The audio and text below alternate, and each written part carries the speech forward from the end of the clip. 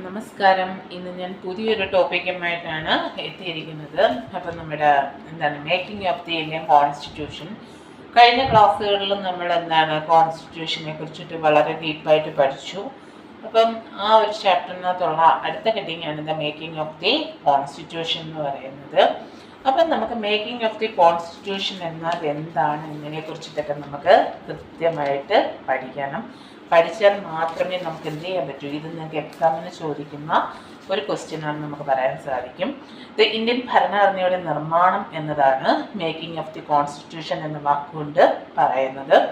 The Constitution was formally made by the Constituent Assembly, which was formed in 1946. Indian ഭരണഘടന നിർമ്മിച്ചത് ഒരു ഭരണഘടനാ നിയമനിർമ്മാണ സഭയാണ് നമ്മുടെ ഇന്ത്യൻ ഭരണഘടന നിർമ്മിക്കുന്നത്. The first meeting of Assembly was held December 9, 1946. ആദ്യത്തെ ഭരണഘടനാ നിയമനിർമ്മാണ സഭ മീറ്റിംഗ് നടന്ന വർഷം എന്ന് വെച്ച് കഴിഞ്ഞാൽ 1946 ഡിസംബർ 9 മീറ്റിംഗ് നടന്നത്. The members of the Constituent Assembly were indirectly elected by the people. അപ്പം ഭരണഘടനാ നിയമനിർമ്മാണ സഭയിൽ ജനങ്ങൾ നേരിട്ടല്ലാതെയായിരുന്നു അവിടെ തെരഞ്ഞെടുപ്പ് നടത്തിയിരുന്നത്. Actually, they were elected by the members of the provisions, legislative assemblies, which were formed the basis of the provisions in the Government of India Act of 1935. India government നിയമപ്രകാരമാണ് നിയമസഭകൾ സ്ഥാപിക്കപ്പെട്ടതും ഇന്ത്യ ഗവൺമെൻറ് നിയമം നിലവിൽ വന്ന വർഷവും 1935. അപ്പോൾ ഒരു മാർക്കിന് ആ ഭാഗത്തു നിന്ന് വരുന്നൊരു ക്വസ്റ്റ്യനാണ്. 1935 നമ്മുടെ ഇന്ത്യ ഗവൺമെൻറ് ആക്ട് അല്ലെങ്കിൽ ഇന്ത്യ ഗവൺമെൻറ് നിയമം നിലവിൽ വരുന്ന വർഷം എന്നാണെന്ന് ചോദിച്ചു കഴിഞ്ഞാൽ 1935 നമുക്ക് പറയാം. The Constituent Assembly was one the proposal the suggested the cabinet mission. Cabinet mission ആയിരുന്നു ഭരണഘടന നിയമനിർമ്മാണ സഭയിൽ എന്തൊക്കെ ഉൾപ്പെടുത്തണം എന്നതും അവരുടെ അഭിപ്രായങ്ങൾ എങ്ങനെയൊക്കെ രേഖപ്പെടുത്തണം എന്നതിനെ കുറിച്ചിട്ട് മനസ്സിലാക്കിയിരുന്നത്. Each provisions and princely state given the representation proportionate to its strength of population. ഓരോ ബ്രിട്ടീഷ് ഇന്ത്യൻ പ്രവിശ്യകളും പ്രത്യക്ഷ ബ്രിട്ടീഷ് ഭരണത്തിന് കീഴിലുള്ള പ്രവിശ്യകളും എല്ലാം തന്നെ നമ്മുടെ ഭരണഘടനാ നിയമനിർമ്മാണ സഭയിലേക്ക് തിരഞ്ഞെടുക്കണമെന്നായിരുന്നു. അതുപോലെ 1 members for the 10 lakhs people was the formulated adopted to given the representation. 10 ലക്ഷം പേർക്ക് ഒരാൾ എന്ന അനുപാതത്തിലുള്ള സീറ്റുകളായിരുന്നു നിശ്ചയിച്ചിരുന്നത്. Accordingly, there were the 292 members from the provisions and the 93 members from the princely state. ഭരണഘടനാ നിയമനിർമ്മാണ സഭയിലേക്ക് 292 അംഗങ്ങളെയും തിരഞ്ഞെടുക്കണമെന്നായിരുന്നു. നാട്ടുരാജ്യങ്ങളിൽ കുറഞ്ഞത് 92 അംഗങ്ങളെയെങ്കിലും അനുവദിക്കുകയാണ് ചെയ്തിരുന്നത്. The seat in each provisions were distributed among the 3 main communities, Muslims, Sikh and general in the proportion of the strength in the population. ഓരോ പ്രവിശ്യനും സീറ്റുകൾ മുസ്ലിങ്ങൾ, സിഖുകാർ, പൊതുവിഭാഗം എന്നീ ഇങ്ങനെ 3 പ്രധാന സമുദായങ്ങൾക്ക് ജനസംഖ്യാ അനുപാതത്തിൻ്റെ അടിസ്ഥാനത്തിൽ വീതിച്ച് നൽകുകയാണ് ചെയ്തിരുന്നത്. The method of the proportional representation by means of the single transferable vote system. പ്രതിനിധികളെ തിരഞ്ഞെടുക്കുന്നത് ആനുപാതിക പ്രാതിനിധ്യ സമ്പ്രദായം അനുസരിച്ചാണ്, അല്ലെങ്കിൽ വോട്ട് കൈമാറ്റം ചെയ്യുന്ന ഏക വോട്ട് വഴിയാണ് പ്രതിനിധികളെ തിരഞ്ഞെടുക്കുന്നത്. ഇനി അടുത്തതെന്ന് വെച്ച് കഴിഞ്ഞാൽ the proposal of the cabinet mission plan the election to the constituent assembly was elected held in July 1946. Cabinet mission പദ്ധതി പ്രകാരം 1946 ജൂലൈ ഭരണഘടനാ നിയമനിർമ്മാണ സഭയിലേക്കുള്ള തെരഞ്ഞെടുപ്പ് നടക്കുകയാണ് ചെയ്തിരുന്നത്. ആ തെരഞ്ഞെടുപ്പിൽ one of the first day, the senior most of the assembly, Mr. Sachidananda Sinha, was elected as the temporary chairman. ആദ്യ ദിവസം മുതൽക്ക് തന്നെ മുതിർന്ന അംഗമായിട്ടുള്ള സച്ചിദാനന്ദ സിൻഹയെ താൽക്കാലിക പ്രസിഡന്റായിട്ടായിരുന്നു തിരഞ്ഞെടുത്തിരുന്നത്. 1 December 11, the Dr. Rajendra Prasad was elected of the chairman the Constituent Assembly. December 11 Rajendra പ്രസാദിനെ ഭരണഘടനയുടെ ഒരു സ്ഥിരം അധ്യക്ഷനായിട്ട് തിരഞ്ഞെടുക്കപ്പെടുന്നത്. അപ്പൊ താൽക്കാലിക അധ്യക്ഷനായിട്ട് നിലനിന്ന് പോയിരുന്നത് ആദ്യം സച്ചിദാനന്ദ സിൻഹയാണെന്ന് നമുക്ക് പറയാൻ സാധിക്കുന്നു. പിന്നീട് നമുക്ക് അതിൻ്റെ തെരഞ്ഞെടുപ്പ് കമ്മീഷനായിട്ട് അല്ലെങ്കിൽ സ്ഥിരം അധ്യക്ഷനായിട്ട് നിലനിന്ന് പോയിരുന്നത് ആരായിരുന്നു? ഡോക്ടർ രാജേന്ദ്ര പ്രസാദ് ആണെന്ന് പറയാം. The Constituent Assembly classified into 2. ഭരണഘടനാ നിയമനിർമ്മാണ സഭയുടെ ആധികാരികതയെ 2 വസ്തുക്കൾ അല്ലെങ്കിൽ 2 വസ്തുക്കൾ ഏതൊക്കെയാണെന്ന് നമുക്ക് പറയാം. ഒന്ന്, ഇത് പ്രിൻസിപ്പിൾ ഓഫ് ഡെലിബറേഷനും ഉണ്ട്. 2 എന്ന് വെച്ച് കഴിഞ്ഞാൽ എന്താണ്? പ്രൊസീജിയേഴ്സും ഉണ്ട്. ഒന്ന് വിചിന്തന തത്വവുമുണ്ട്. 2 എന്ന് വെച്ച് കഴിഞ്ഞാൽ നടപടിക്രമങ്ങളും ഉണ്ടെന്ന് നമുക്ക് പറയാൻ സാധിക്കുന്നു. ഒന്നാമത്തെ ദ പ്രിൻസിപ്പിൾ ഓഫ് ഡെലിബറേഷൻ എന്ന് വെച്ച് കഴിഞ്ഞാൽ എന്താണ്? ദ പ്രിൻസിപ്പിൾ ഓഫ് ഡെലിബറേഷൻ, വിചിന്തന തത്വം എന്നാൽ എന്താണ്? ഒന്നാമത്തെ point, the constitution of India was formulated after detail and through the deliberation. വിശദവും സമ്പൂർണവുമായ ചർച്ചയ്ക്ക് ശേഷമാണ് ഭരണഘടന നിലവിൽ വരുന്നത്. Each every problem of the country was discussed in detail in the Constituent Assembly. ഒരു ആധുനിക രാഷ്ട്രത്തിലെ ഓരോ പ്രശ്നങ്ങളും അവർ നല്ല രീതിയിലായിരുന്നു ചർച്ചകൾ ചെയ്തിരുന്നത്.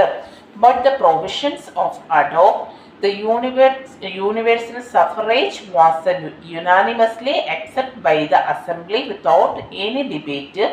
The universal suffrage means that all citizens reaching certain age would have the right. The right to vote irrespective of religion, caste, education, gender or income. ഭരണഘടനയുടെ വ്യവസ്ഥയനുസരിച്ച് സാർവത്രിക വോട്ടവകാശം നടപ്പിലാക്കുന്ന ഒരു വ്യവസ്ഥയായിരുന്നു. ഒരു നിശ്ചിത പ്രായപരിധിയിൽ എത്തുന്ന എല്ലാ പൗരന്മാർക്കും ജാതി, മത, ലിംഗ, വിദ്യാഭ്യാസ, വരുമാന വ്യത്യാസമില്ലാതെ വോട്ടവകാശം ചെയ്യുന്നതിനുള്ള അവകാശം എന്നതാണ് ഇതിൻ്റെ അർത്ഥം. The most significant chapter in the history of the Constitution, they are equal in importance to the America and French Revolution. ഭരണഘടനാ ചരിത്രത്തിലെ ഏറ്റവും സുപ്രധാനമായിട്ടുള്ള നാഴികക്കല്ലിൽ ഒന്നാണ് അമേരിക്കൻ വിപ്ലവവും ഫ്രഞ്ച് വിപ്ലവവും എന്ന് നമുക്ക് പറയാൻ സാധിക്കുന്നു. ഇനി അടുത്ത രണ്ടാമത്തെ ഹെഡിങ് എന്ന് വെച്ച് കഴിഞ്ഞാൽ പ്രൊസീജിയേഴ്സ്. പ്രൊസീജിയേഴ്സ് എന്ന് വെച്ച് കഴിഞ്ഞാൽ എന്താണ്? നടപടിക്രമങ്ങളെയാണ് നമ്മൾ പ്രൊസീജിയേഴ്സ് എന്ന് പറയുന്നത്. അപ്പോൾ ഇത് മേക്കിംഗ് ഓഫ് ദി ഇന്ത്യൻ കോൺസ്റ്റിറ്റ്യൂഷൻ്റെ പ്രധാനമായിട്ട് 2 ഹെഡിങ്ങുകളാണ് പറയുന്നത്. ഒന്നെന്ന് വെച്ച് കഴിഞ്ഞാൽ ഇത് പ്രിൻസിപ്പിൾ ഓഫ് ഡെലിബറേഷനും, 2 വെച്ച് കഴിഞ്ഞാൽ പ്രൊസീജിയേഴ്സ് അല്ലെങ്കിൽ നടപടിക്രമങ്ങളെന്നും, ഒന്നെന്ന് വെച്ചാൽ വിചിന്തന തത്വം എന്ന പേരിലുമാണ് അറിയപ്പെടുന്നത്. ഇനി അടുത്ത രണ്ടാമത്തെ ഹെഡിങ് ശ്രദ്ധിക്കാം. പ്രൊസീജിയേഴ്സ് അല്ലെങ്കിൽ നടപടിക്രമങ്ങളെ കുറിച്ചിട്ടാണ് നമ്മൾ രണ്ടാമത്തെ ഹെഡിങ്ങിൽ പറയുന്നത്. The importance of the public reasons was also emphasized in the everyday procedure of the assembly. അപ്പം നമ്മുടെ ഭരണഘടനയുടെ ദൈനംദിന നടപടിക്രമങ്ങൾ ഏറ്റവും കൂടുതലും പ്രാധാന്യം നൽകുന്നു. There were the 8 major committees on the different subjects. സഭയുടെ പ്രവർത്തനങ്ങൾ നടത്തിക്കൊണ്ട് പോകാൻ വിവിധ കമ്മിറ്റികളാണ് രൂപീകരിച്ചത്. പ്രധാനപ്പെട്ട 8 കമ്മിറ്റികളെയാണ് നമ്മുടെ നിയമനിർമ്മാണ സഭ ഉണ്ടാക്കിയത്. ഇത് Jawaharlal Nehru, doctor Rajendra Prasad, Sardar Patel, Maulana Abdul Kalam Azad, doctor BR Ambedkar chaired this committees എന്ന് പറയുമ്പോഴത്തേക്ക് പ്രധാനമായിട്ട് ഇവരടങ്ങിയ ഒരു കമ്മിറ്റി ആയിരുന്നു മുന്നോട്ട് പോയിക്കൊണ്ടിരുന്നത്. അതിനകത്ത് ദ കോൺസ്റ്റിറ്റ്യൂഷൻ അസംബ്ലി ഒരു 8 കമ്മിറ്റീസ് അല്ലെങ്കിൽ ഭരണഘടനാ നിയമനിർമ്മാണ സഭയ്ക്ക് പ്രധാനമായിട്ടും 8 കമ്മിറ്റികളാണ് നിലനിന്ന് പോകുന്നത്. ഒന്നെന്ന് വെച്ച് കഴിഞ്ഞാൽ എന്താണ്? റൂൾസ് കമ്മിറ്റി, രണ്ടാമത്തത് സ്റ്റിയറിംഗ് കമ്മിറ്റി, മൂന്നാമത്തേന്ന് വെച്ച് കഴിഞ്ഞാൽ അഡ്വൈസറി കമ്മിറ്റി, നാലാമത്തേന്ന് വെച്ച് കഴിഞ്ഞാൽ ഡ്രാഫ്റ്റിംഗ് കമ്മിറ്റി, അഞ്ചാമത്തേന്ന് വെച്ച് കഴിഞ്ഞാൽ union subject committee, 6 state committee, 7 provisional constitutional committee, 8ാമത് യൂണിയൻ കോൺസ്റ്റിറ്റ്യൂഷണൽ കമ്മിറ്റി എന്നിങ്ങനെ 3 കമ്മിറ്റികളാണ് നിലനിന്ന് പോകുന്നത്. ഈ കമ്മിറ്റികളെ കുറിച്ചിട്ടുള്ള കാര്യങ്ങൾ നിങ്ങൾക്ക് പ്രധാനമായിട്ടും 3 മാർക്കിനാണ് നിങ്ങൾക്ക് എക്സാമിന് ചോദിക്കുന്ന ഒരു ക്വസ്റ്റ്യനായിട്ട് വരാം എന്ന് ഉദ്ദേശിക്കാം. നിങ്ങൾക്ക് എപ്പോഴുമൊക്കെ എന്താണ് കമ്മിറ്റികളെ കുറിച്ചിട്ടൊക്കെ ചോദിക്കും. അതുപോലെ തന്നെ ഡ്രാഫ്റ്റിംഗ് കമ്മിറ്റി ചെയർമാൻ ആരാണ്? ഡോക്ടർ BR അംബേദ്കർ ആണ് ഡ്രാഫ്റ്റിംഗ് കമ്മിറ്റി ചെയർമാൻ. 1 മാർക്കിന് എപ്പോഴും ചോദിക്കുന്ന ഒരു ക്വസ്റ്റ്യനാണ് നമുക്ക് പറയാൻ സാധിക്കുന്നു. ഇനി അടുത്ത ഹെഡിങ് എന്ന് വെച്ച് കഴിഞ്ഞാൽ the inheritance of the national movement. എന്താണ് inheritance of the national movement എന്ന് വെച്ച് കഴിഞ്ഞാൽ ദേശീയതയുടെ പൈതൃകത്തെ കുറിച്ചിട്ടാണ് നമ്മളിവിടെ പറയുന്നത്. The basic principles of the making of the constitution were formed during the long struggle for the freedom. There were the serious discussion among the leaders of the national movement on the various issues like the form of government India should be adopt the values. It should uphold and the inequalities. It should eradicate from the Indian society. സ്വതന്ത്ര India എങ്ങനെയായിരിക്കണം എന്നതിനെ കുറിച്ചിട്ടാണ് നമ്മുടെ ദേശീയ പ്രസ്ഥാനം വിശദമായിട്ടുള്ള ചർച്ചകൾ നടത്തിയത്. ചർച്ചകളിലൂടെ ഭരണഘടനയ്ക്ക് അന്തിമ രൂപം നൽകുകയാണ് ചെയ്തിരുന്നത്. The most important of the principle adopted by the Constituent Assembly from the national movement is seen in the objective resolution. ദേശീയ പ്രസ്ഥാനത്തിൽ നിന്നുമൊക്കെ നമ്മുടെ ഭരണഘടനാ നിയമനിർമ്മാണ സഭ ഉൾക്കൊണ്ട തത്വം എന്ന് വെച്ച് കഴിഞ്ഞാൽ ലക്ഷ്യപ്രമേയത്തെയാണ് ഏറ്റവും കൂടുതൽ അവർ പ്രാധാന്യം നൽകിയിരുന്നത്. ലക്ഷ്യപ്രമേയം എന്താണെന്ന് എപ്പോഴും 5 മാർക്കിന് ചോദിക്കുന്ന ക്വസ്റ്റ്യനായിട്ട് നമുക്ക് പരീക്ഷയ്ക്കൊക്കെ ചോദിക്കും. അതുകൊണ്ട് ലക്ഷ്യപ്രമേയം എന്താണെന്ന് കൂടുതലും നമുക്ക് മനസ്സിലാക്കി പഠിക്കുകയാണെന്നുണ്ടെങ്കിൽ അതൊക്കെ നമുക്ക് മാർക്ക് സ്കോർ ചെയ്യാൻ പറ്റുന്ന ഒന്നാണ്. It was Nehru who moved the objective resolution in the Constituent Assembly in December 1946. 1946 ഡിസംബറിലാണ് സഭയുടെ പ്രഥമ സമ്മേളനത്തിൽ നെഹ്റു ലക്ഷ്യപ്രമേയത്തെ കുറിച്ചാണ് അവതരിപ്പിച്ചത്.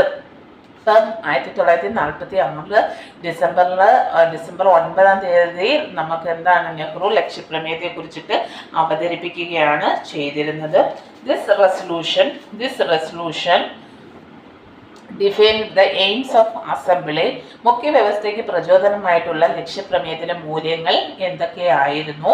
The constitution give the institutional expression to the concept like equality, liberty, democracy and sovereignty and cosmopolitan identity. ലക്ഷ്യപ്രമേയത്തെ അടിസ്ഥാനമാക്കി നമ്മുടെ Indian ഭരണഘടനയിൽ സമത്വം, സ്വാതന്ത്ര്യം, ജനാധിപത്യം എന്നീ ആശയങ്ങൾക്കെല്ലാം തന്നെ രൂപം നൽകുകയാണ് ചെയ്തിരുന്നത്. The objective resolution is summarized in the preamble to the Constitution. ലക്ഷ്യപ്രമേയം ഇന്ത്യൻ ഭരണഘടനയുടെ ഒരു ഭാഗമായി തീരുകയാണ് ചെയ്തിരുന്നത്. The main points of the objective resolution. ലക്ഷ്യപ്രമേയത്തിന്റെ പ്രധാന ഇനങ്ങൾ എന്തൊക്കെയാണെന്നാണ് അത് നമുക്ക് എപ്പോഴും എക്സാമിന് റിപ്പീറ്റ് ചെയ്ത് 5 മാർക്കിന് വരുന്ന ക്വസ്റ്റ്യൻസ് ആണ്. The India is an independent sovereign republic. India ഒരു സ്വതന്ത്ര പരമാധികാര റിപ്പബ്ലിക് ആണെന്ന് നമുക്ക് പറയാം. The British Indian territories, Indian state and other parts outside the British India and the Indian state were willing to be the part of the Union. Indian union ആണ് British Indian പ്രദേശങ്ങൾ, നാട്ടുരാജ്യങ്ങൾ, ഇന്ത്യയിൽ ചേരാൻ ആഗ്രഹിക്കുന്ന മറ്റു പ്രദേശങ്ങൾ എന്നിവ.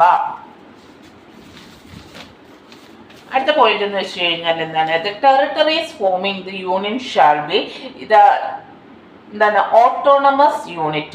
They can the all powers functions of the government and the administration aspect thus vested in the union. Indian യൂണിയനിൽപ്പെട്ട പ്രദേശങ്ങളും സ്വയംഭരണാധികാരങ്ങൾ നിലനിൽക്കുന്ന രാജ്യങ്ങളിലും യൂണിയനിൽ പറഞ്ഞിട്ടുള്ള വിഷയങ്ങൾ ഒഴികെയുള്ള എല്ലാ കാര്യങ്ങളും പ്രദേശങ്ങൾക്ക് അധികാരങ്ങൾ ഉണ്ടായിരിക്കും. All the powers and authority of the sovereign and independent India and the constitution flow from the people. ഭരണഘടനയുടെ എല്ലാ അധികാരങ്ങളും ജനങ്ങളിലേക്ക് കൊണ്ടുവരിക അല്ലെങ്കിൽ ജനങ്ങളിലേക്ക് ഉൾക്കൊള്ളിക്കുക എന്ന അർത്ഥത്തിലാണ് മുന്നോട്ട് പോയിക്കൊണ്ട് ഇരുന്നത്. അതുപോലെ തന്നെ all the people of India shall be guaranteed and secured the social, economic and political justice, the equality of status and opportunities and equality before the law. And the fundamental freedom of speech, expression, belief, faith, worship, vocation, association and the actions is subject to law and public morality. അപ്പം നമുക്ക് എന്തൊക്കെയായിരിക്കണം നമ്മുടെ objective resolution എന്ന് വെച്ച് കഴിഞ്ഞാൽ ഇന്ത്യയിലെ എല്ലാ ജനങ്ങൾക്കും സാമൂഹ്യപരമായാലും സാമ്പത്തികപരമായാലും രാഷ്ട്രീയപരമായിട്ടുള്ള നീതികൾ ഒരേപോലെ ഉറപ്പുവരുത്തുക, പദവി സമത്വം, അവസര സമത്വം, നിയമത്തിന് മുന്നിലുള്ള തുല്യതയ്ക്ക് എല്ലാം തന്നെ ഉറപ്പുവരുത്തുകയും പരിഗണന നൽകുകയും വേണമെന്നാണ് നമ്മുടെ ഒബ്ജക്റ്റീവ് റെസൊല്യൂഷനിൽ അല്ലെങ്കിൽ നമ്മുടെ ലക്ഷ്യപ്രമേയത്തിൽ ജവഹർലാൽ നെഹ്റു ഉൾപ്പെടുത്തിയിരിക്കുന്ന കാര്യങ്ങൾ എന്ന് നമുക്ക് പറയാൻ സാധിക്കും. അപ്പം നിയമത്തിനും പൊതുവായിട്ടുള്ള ധാർമ്മിക വിശ്വാസത്തിനും ഒരു വ്യക്തിക്ക് അഭിപ്രായങ്ങൾ സ്വന്തമായിട്ട് പ്രകടിപ്പിക്കാനും ആവിഷ്കരിക്കാനുമുള്ള എല്ലാ സ്വാതന്ത്ര്യങ്ങളും ഉൾപ്പെടുത്തുക, വിശ്വാസത്തിനും ആരാധനയ്ക്കും തൊഴിലിനും സംഘടിച്ച് പ്രവർത്തിക്കുവാനുള്ള എല്ലാ മൗലിക സ്വാതന്ത്ര്യം എല്ലാവർക്കും ഉറപ്പുവരുത്തുക എന്നതാണ് ആ ലക്ഷ്യപ്രമേയത്തിൽ ഉൾപ്പെടുത്തിയിരിക്കുന്നത്. The minorities and backward and tribal areas, depressed and other backward classes shall be provided the adequate safeguard. അപ്പൊ ന്യൂനപക്ഷങ്ങൾ, പിന്നോക്ക വർഗങ്ങൾ, ഗോത്രവർഗ പ്രദേശങ്ങൾ, മറ്റു പിന്നോക്കങ്ങൾ എന്നിവർക്ക് മതിയായിട്ടുള്ള സംരക്ഷണങ്ങൾ ഉറപ്പുവരുത്തുക എന്നതാണ് ലക്ഷ്യപ്രമേയത്തിൽ അടുത്ത മുഖ്യ കാരണങ്ങൾ നെഹ്റു ഉൾപ്പെടുത്തിയിരിക്കുന്നത്. The republic and its the sovereign right, land, sea and air shall be provided adequate safeguard. പരിഷ്കൃത രാഷ്ട്രങ്ങളുടെ നീതിക്കും നിയമങ്ങൾക്കും അനുസൃതമായിട്ടുള്ള റിപ്പബ്ലിക്കിന്റെ പ്രദേശങ്ങളായിട്ടുള്ള അഖണ്ഡതയും ഭൂമിയും കടൽ, വ്യോമം എന്നിവയ്ക്ക് പരമാധികാരം നിലനിർത്തുക എന്നതാണ് അടുത്ത പോയിന്റിൽ ഉൾപ്പെടുത്തിയിരിക്കുന്നത്. അടുത്തെന്ന് വെച്ച് കഴിഞ്ഞാൽ ഇത് promotion of the world piece and the welfare of the mankind, ലോക സമാധാനവും മാനവരാശിയുടെ ക്ഷേമവും വളർത്തുക എന്നതാണ് അദ്ദേഹത്തിന്റെ ലക്ഷ്യപ്രമേയത്തിൽ ഉൾപ്പെടുത്തിയിരിക്കുന്നത്. എന്ന് വെച്ച് കഴിഞ്ഞാൽ ജവഹർലാൽ നെഹ്റു ഉൾപ്പെടുത്തിയിരിക്കുന്ന ലക്ഷ്യപ്രമേയത്തിൽ പറഞ്ഞിരിക്കുന്ന കാര്യങ്ങളാണ് നമ്മളിവിടെ പറഞ്ഞിരിക്കുന്നത്.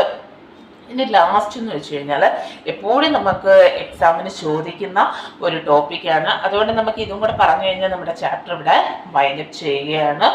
ഇനി provisions borrowed from the other constitution, മറ്റു രാജ്യങ്ങളിൽ നിന്നുമൊക്കെ നമ്മുടെ ഇന്ത്യൻ ഭരണഘടന എങ്ങനെയൊക്കെയാണ് കടം എടുത്തിരിക്കുന്നത്, ആ രാജ്യങ്ങളിൽ നിന്ന് എങ്ങനെയൊക്കെ കടം കൊണ്ടിരിക്കുന്നു എന്നതിനെ കുറിച്ചിട്ടാണ്. ഇപ്പം നമ്മുടെ ഇന്ത്യൻ ഭരണഘടന എന്ന് വെച്ച് കഴിഞ്ഞാൽ നമ്മുടെ ഭരണഘടന മറ്റു രാജ്യങ്ങളെ അപേക്ഷിച്ച് നോക്കുമ്പോൾ ഏറ്റവും വലിയൊരു ബൾക്കി കോൺസ്റ്റിറ്റ്യൂഷൻ അല്ലെങ്കിൽ ഏറ്റവും വലിയൊരു ഭരണഘടനയാണെന്ന് നമുക്ക് പറയാൻ സാധിക്കും. ഒരുപാട് രാജ്യങ്ങളിൽ നിന്നുമൊക്കെ നല്ല നല്ല ഫീച്ചേഴ്സ് ഉൾപ്പെടുത്തിയാണ് നമ്മുടെ ഇന്ത്യൻ ഭരണഘടന എഴുതി തയ്യാറാക്കിയിരിക്കുന്നത്. 395 ആർട്ടിക്കിൾസും 12 ഷെഡ്യൂൾസും 22 പാർട്സ് എല്ലാം പ്രൊവൈഡ് ചെയ്യുന്ന ഒന്നാണ് നമ്മുടെ ഇന്ത്യൻ ഭരണഘടന. അതിനകത്ത് നമുക്ക് ഇപ്പം ഇന്ത്യ കടം കൊണ്ടിട്ടുള്ള ചില രാജ്യങ്ങളുണ്ട്. അപ്പം ആ രാജ്യങ്ങളിൽ നിന്നും കടം കൊണ്ട വ്യവസ്ഥകളും കാര്യങ്ങളും എല്ലാം എന്തൊക്കെയാണ് അല്ലെങ്കിൽ വ്യവസ്ഥ എന്താണെന്നാണ് നമ്മളിവിടെ മനസ്സിലാക്കുന്നത്. Provisions borrowed from the other constitution, മറ്റു രാജ്യങ്ങളിൽ നിന്നും ഇന്ത്യ കടം കൊണ്ട വ്യവസ്ഥകൾ. ഒന്നെന്ന് വെച്ച് കഴിഞ്ഞാൽ ഇത് കോൺസ്റ്റിറ്റ്യൂഷൻ ഓഫ് UK എന്ന് വെച്ച് കഴിഞ്ഞാൽ Britain. The parliamentary form of government, parliamentary ഭരണ സമ്പ്രദായം എന്ത് ചെയ്തു നമ്മളെ ഇന്ത്യയും അവിടെ നിന്ന് കടമെടുത്തിട്ടുണ്ട്. Concept of rule of law അല്ലെങ്കിൽ നിയമവാഴ്ചകളും നമ്മുടെ ഇന്ത്യൻ ഭരണഘടനയിലേക്ക് ഉൾപ്പെടുത്തിയിരിക്കുന്നു. The office, the role of the speaker, speaker എന്ന സ്ഥാനവും അദ്ദേഹത്തിന്റെ ചുമതലകളും നമ്മുടെ ഭരണഘടനയിലേക്ക് കടം കൊണ്ടിരിക്കുന്നു. ലെജിസ്ലേറ്റീവ് പ്രൊസീജിയേഴ്സ് അല്ലെങ്കിൽ നിയമനിർമ്മാണ നടപടിക്രമങ്ങളെല്ലാം തന്നെ നമ്മുടെ ഭരണഘടനയിലേക്കും UK നിന്നും ഒക്കെ കടമെടുത്താണ് ഉൾപ്പെടുത്തിയിരിക്കുന്നത്. അടുത്ത കോൺസ്റ്റിറ്റ്യൂഷൻ ഓഫ് കാനഡ എന്ന് വെച്ച് കഴിഞ്ഞാൽ എന്താണ്, കാനഡയിൽ നിന്നും വേണ്ടുന്ന ഫീച്ചേഴ്സ് നമ്മുടെ ഇന്ത്യൻ ഭരണഘടനയിലേക്ക് കടമെടുക്കുക അല്ലെങ്കിൽ ഉൾപ്പെടുത്തുകയാണ് ചെയ്തിരിക്കുന്നത്. The quasi federal structure with the strong central government, ഒരു അർദ്ധ ഫെഡറൽ സംവിധാനങ്ങളെ നമ്മൾ കടമെടുത്തു. റെസിഡറി പവേഴ്സ്, അവശിഷ്ട അധികാരങ്ങളെ എല്ലാം തന്നെ കടമെടുക്കുകയാണ് ചെയ്തിരിക്കുന്നത്. ഇനി അടുത്ത കോൺസ്റ്റിറ്റ്യൂഷൻ ഓഫ് ഫ്രാൻസ്, ഫ്രാൻസിൽ നിന്ന് എന്തൊക്കെ കാര്യങ്ങളാണ് നമ്മുടെ ഇന്ത്യൻ ഭരണഘടനയിലേക്ക് ഉൾപ്പെടുത്തിയിരിക്കുന്നത്. The principle of liberty, equality and fraternity, സ്വാതന്ത്ര്യം, സമത്വം, സാഹോദര്യം എന്ന ആശയമാണ് നമ്മൾ ഫ്രാൻസിൽ നിന്ന് കടമെടുത്തിരിക്കുന്നത്. അതുപോലെ റിപ്പബ്ലിക് എന്ന ആശയം നമ്മൾ ഫ്രാൻസിൽ നിന്നും കടം കൊണ്ടിരിക്കുന്നു. ഇനി അടുത്ത കോൺസ്റ്റിറ്റ്യൂഷൻ ഓഫ് USA, US നിന്ന് അല്ലെങ്കിൽ അമേരിക്കയിൽ നിന്ന് നമ്മൾ എന്തൊക്കെയാണ് കടമെടുത്തതെന്ന് ചോദിച്ചു കഴിഞ്ഞാൽ the chapter of the fundamental right, മൗലിക അവകാശങ്ങൾ നമ്മൾ അവരുടെ ഭരണഘടനയിൽ നിന്നുമാണ് കടം കൊണ്ടിരിക്കുന്നത്. Power of judicial review, judicial പുനരവലോകനത്തെ കുറിച്ചിട്ടുള്ള കാര്യങ്ങൾ. ഇൻഡിപെൻഡന്റ് ഓഫ് ജുഡീഷ്യറി, ജുഡീഷ്യറിയുടെ സ്വാതന്ത്ര്യങ്ങൾ ഉൾപ്പെടുത്തിയിരിക്കുന്നു. പ്രിയാമ്പിൾ, ആമുഖം, ഇതെല്ലാം തന്നെ അവിടുത്തെ ഫീച്ചേഴ്സിൽ നിന്നാണ് നമ്മൾ കടം കൊണ്ടിരിക്കുന്നത്. ഇനി അടുത്ത കോൺസ്റ്റിറ്റ്യൂഷൻ ഓഫ് അയർലൻഡ്. അയർലൻഡിൽ നിന്ന് നമ്മൾ കടമെടുത്തിരിക്കുന്നത് directive principles of state policy അല്ലെങ്കിൽ നിർദ്ദേശക തത്വങ്ങളെയാണ് നമ്മൾ കടം കൊണ്ടിരിക്കുന്നത്. ഇനി കോൺസ്റ്റിറ്റ്യൂഷൻ ഓഫ് ഓസ്ട്രേലിയ എന്ന് പറയുമ്പോഴത്തേക്ക് കൺകറന്റ് ലിസ്റ്റാണ് നമ്മൾ അവിടെ നിന്ന് കടം കൊണ്ടിരിക്കുന്നത്. അപ്പൊ ഇത്രയും രാജ്യങ്ങളിൽ നിന്നും നമ്മുടെ ഇന്ത്യൻ ഭരണഘടനയിലേക്ക് നമ്മൾ ഒരുപാട് നല്ല നല്ല ഫീച്ചേഴ്സ് കടം എടുത്തുകൊണ്ടാണ് നമ്മുടെ ഭരണഘടന എഴുതി തയ്യാറാക്കിയിരിക്കുന്നത്. അതിന്റെ ബേസിസിലൊക്കെ എന്ത് ചെയ്യുന്നു, ഏറ്റവും നല്ലൊരു ഭരണഘടനയായിട്ടാണ് നമ്മുടെ ഇന്ത്യൻ ഭരണഘടന. കാര്യം ഇനി യുദ്ധങ്ങൾ ഉണ്ടായാൽ പോലും അല്ലെങ്കിൽ എന്തെങ്കിലും പ്രശ്നങ്ങൾ ഉടലെടുക്കുകയാണെങ്കിൽ പോലും അതിനെ എങ്ങനെ സോൾവ് ചെയ്യണം എന്നതിനെ കുറിച്ചിട്ടുള്ള എല്ലാ കാര്യങ്ങളും ഭരണഘടനാ കർത്താക്കൾ മുന്നേ കണ്ടുകൊണ്ടാണ് എഴുതി തയ്യാറാക്കിയിരിക്കുന്നത്. ഇനി അടുത്ത ഹെഡിങ് എന്ന് വെച്ച് കഴിഞ്ഞാൽ ഇൻസ്റ്റിറ്റ്യൂഷണൽ അറേഞ്ച്മെന്റ്സ്. സ്ഥാപനപരമായിട്ടുള്ള ക്രമീകരണങ്ങളെയാണ് നമ്മൾ ഇൻസ്റ്റിറ്റ്യൂഷണൽ അറേഞ്ച്മെന്റ്സ് എന്ന പേരിൽ നമ്മൾ അറിയപ്പെടുന്നത്. In order to maintain the balance of the powers and functions of the institution of the government are to define properly. ഗവൺമെന്റിന്റെ അധികാരങ്ങളെയും സ്ഥാപനങ്ങളെയും കൃത്യമായിട്ടാണ് നമ്മൾ ക്രമീകരിച്ചിരിക്കുന്നത്. ഇൻസ്റ്റിറ്റ്യൂഷണൽ അറേഞ്ച്മെന്റ്സ് എന്ന് വെച്ച് കഴിഞ്ഞാൽ ഇൻസ്റ്റിറ്റ്യൂഷൻ എന്ന് വെച്ചാൽ സ്ഥാപനം, അറേഞ്ച്മെന്റ് ചെയ്യുക എന്ന് വെച്ച് കഴിഞ്ഞാൽ ക്രമീകരിക്കുക. It also requires the separation of the powers among the basic institution of the government. അധികാരങ്ങളെ അല്ലെങ്കിൽ വികേന്ദ്രീകരണം എന്നീ വഴിയിൽ നമ്മൾ പ്രവർത്തനങ്ങൾ വളരെ നല്ല രീതിയിലാണ് അധികാരങ്ങൾ നടന്നു പോകുന്നത്. അവിടെ the basic principle behind this balanced institutional arrangement, the government must be democratic and committed to the welfare of the people. ഗവൺമെന്റിന്റെ ജനാധിപത്യം നോക്കിക്കഴിഞ്ഞാൽ ജനക്ഷേമത്തോടും ഉത്തരവാദിത്തങ്ങൾ പുലർത്തുന്നവരായിരിക്കുമെന്ന് നമുക്ക് പറയാൻ സാധിക്കുന്നു. The Constituent Assembly spent a lot of time to evaluate the right. അപ്പോൾ ഇങ്ങനെയുള്ള കാര്യങ്ങൾക്കൊക്കെ ഏറ്റവും കൂടുതലും പ്രാധാന്യം കൊടുത്തുകൊണ്ടാണ് ഈ ഇൻസ്റ്റിറ്റ്യൂഷൻ അറേഞ്ച്മെന്റ്സ് കൊടുക്കുന്ന വഴി നമുക്ക് എന്ത് ചെയ്യുന്നു, കാര്യങ്ങളെല്ലാം തന്നെ ഗവൺമെന്റിന്റെ സ്പീഡിൽ നടത്തുവാനും കൃത്യമായിട്ടുള്ള പ്രവർത്തനങ്ങൾ നടത്തുവാനും സാധിക്കുന്നു. ഇപ്പോൾ ലെജിസ്ലേച്ചർ, എക്സിക്യൂട്ടീവ്, ജുഡീഷ്യറി എന്ന് പറഞ്ഞിട്ട് നമ്മൾ ഓരോ വിഭാഗങ്ങളായിട്ട് ഓരോ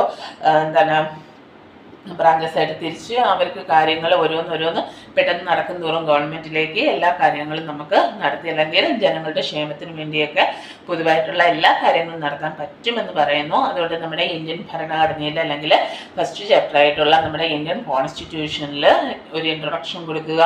അത് കഴിഞ്ഞതിന് ശേഷം നമ്മുടെ functions of the Indian constitution എന്താണെന്ന് മനസ്സിലാക്കുക. അതിനുശേഷം എന്ന് വെച്ച് കഴിഞ്ഞാൽ എന്താണ് the authority of a constitution, അതുപോലെ തന്നെ making of the constitution. Authority of a കോൺസ്റ്റിറ്റ്യൂഷനിൽ 3 പോയിന്റുകളുണ്ട്. മേക്കിംഗ് ഓഫ് ദി കോൺസ്റ്റിറ്റ്യൂഷനിൽ 2 ഹെഡിങ്ങുകൾ ഏതൊക്കെയാണ്, ദ പ്രിൻസിപ്പിൾ ഓഫ് ഡെലിബറേഷനും ഉണ്ട്, അതുപോലെ തന്നെ പ്രൊസീജിയറും ഉണ്ട്.